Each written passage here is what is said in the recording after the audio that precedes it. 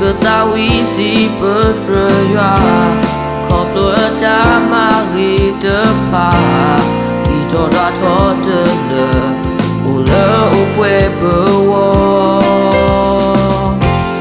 Takut take uwe ama Basa tele tenawe kwa Lalu juta bewong Ubu tile petang Tak dosa bersilu-silu Soe do freri wasunya Ika me bulu wedo O muke bule ya elah kepo Tak dosa bersilu-silu Soe do freri wasunya Ika me bulu wedo Lene wo Maka suatu lapwa lene tamat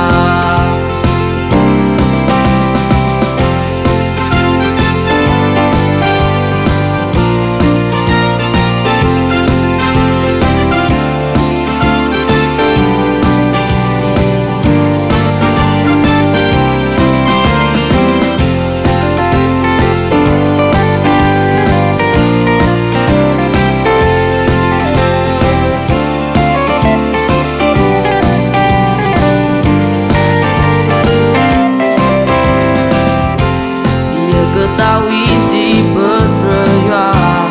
Koplo ada mari depan Kita dah todele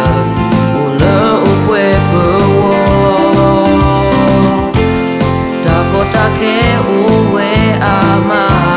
Basa tele tenawe kwa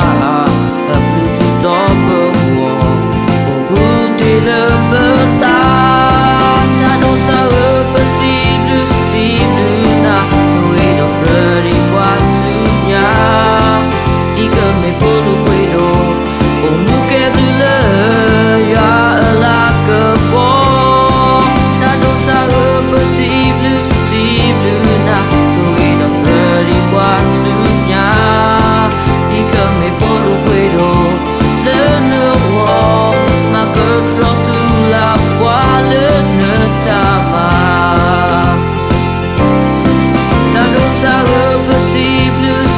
Luna, soe do freri wasunya